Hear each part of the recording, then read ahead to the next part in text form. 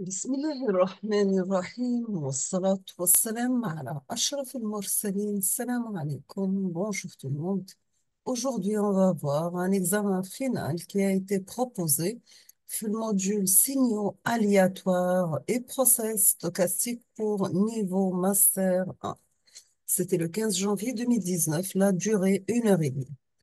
On va commencer par l'exercice numéro 1. Dans cet exercice, donc, vous avez soit la variable aléatoire x de densité de probabilité donnée par la figure C4. Donc, la densité de probabilité, c'est bien f de x égale y égale à f de x. Donc, sachant que f de x est une droite qui ne passe pas par l'origine, la fois ax plus b. Donc, il faut trouver la valeur de a et b. Sachant si vous mettez x égale à 0, donc vous aurez y égale à 2, si x égale à 1, y égale à 0.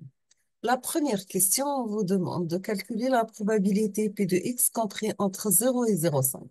Deuxièmement, calculer les moments statistiques d'ordre 1, la moyenne et la d'ordre 2.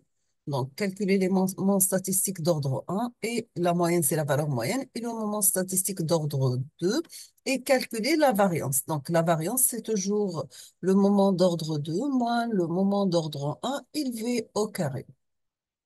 On passe l'exercice numéro 2. Dans cet exercice, vous avez soit A et B, deux variables aléatoires réelles, indépendantes ayant pour loi la loi normale centrée réduite 1, 0, 1. Sachant que oméga, c'est un réel non nul.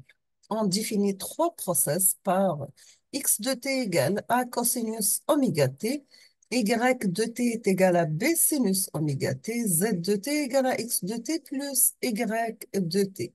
Est-ce que ces process sont-ils stationnaires ou non? On vous donne pour le calcul de cosinus A, cosinus B, vous pouvez utiliser la formule suivante. Donc, c'est 1 demi cosinus de A plus B plus cosinus de A moins B. Mais concernant sinus A, sinus B, vous utilisez la formule suivante. Donc, c'est 1 demi cosinus, la différence A moins B, moins cosinus A plus B. On passe l'exercice numéro 3. Donc, dans cet exercice, soit le signal y de t défini par y de t égale à x de t par cosinus oméga pt plus θ. X de t, c'est un process aléatoire défini par x de t égale b plus a cosinus de pi ft plus phi. Sachant que a, b, phi et θ sont des variables indépendantes, et A, la variable aléatoire, elle va suivre la loi normale centrée réduite de valeur 1, 0, 1, c'est-à-dire sa valeur moyenne, elle est nulle, sa variance égale à 1. Pardon. B suit la loi uniforme sur 0 et 1. Et nous avons que phi, θ sont deux variables uniformément réparties sur 0 et 2π.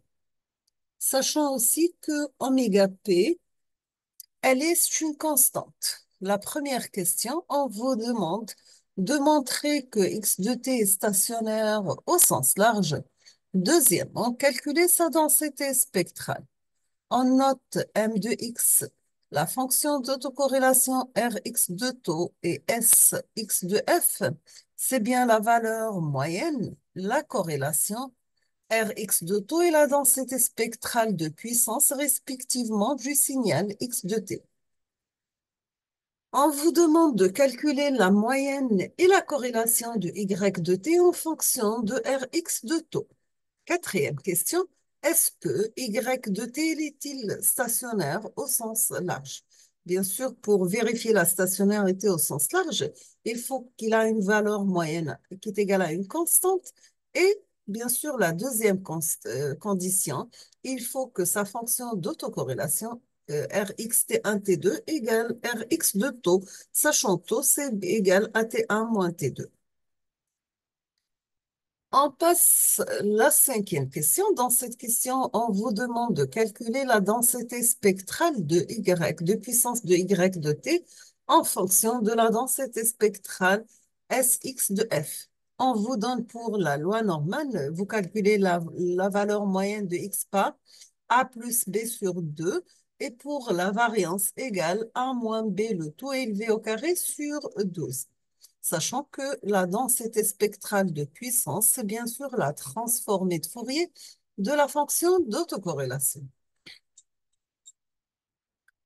On termine avec l'exercice numéro 4. Donc, dans cet exercice, on va considérer un signal déterministe à énergie finie S de t, défini sur l'intervalle moins t sur 2 et t sur 2.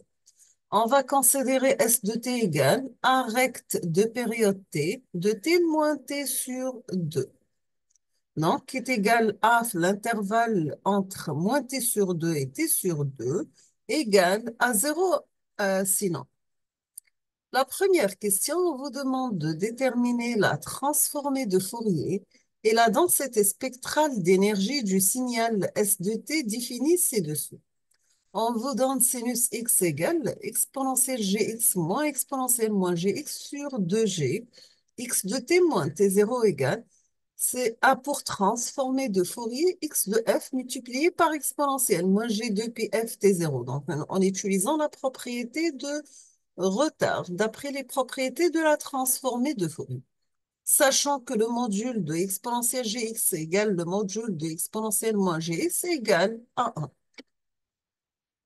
On passe maintenant à la deuxième question. Donc, on applique à l'entrée d'un filtre linéaire de réponse impulsionnelle H de t, un process aléatoire x de t égale S de t plus B de t, sachant que S de t, c'est le signal déterministe défini ci-dessous.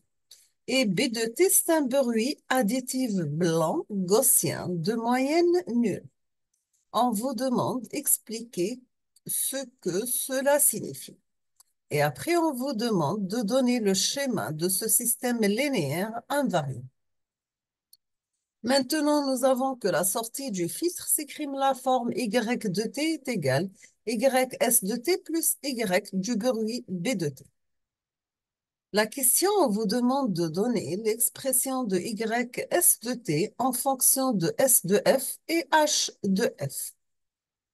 Donc, S de f, c'est la transformée de Fourier de S de t. H de f, c'est la transformée de Fourier de la réponse impulsionnelle de filtre H de t.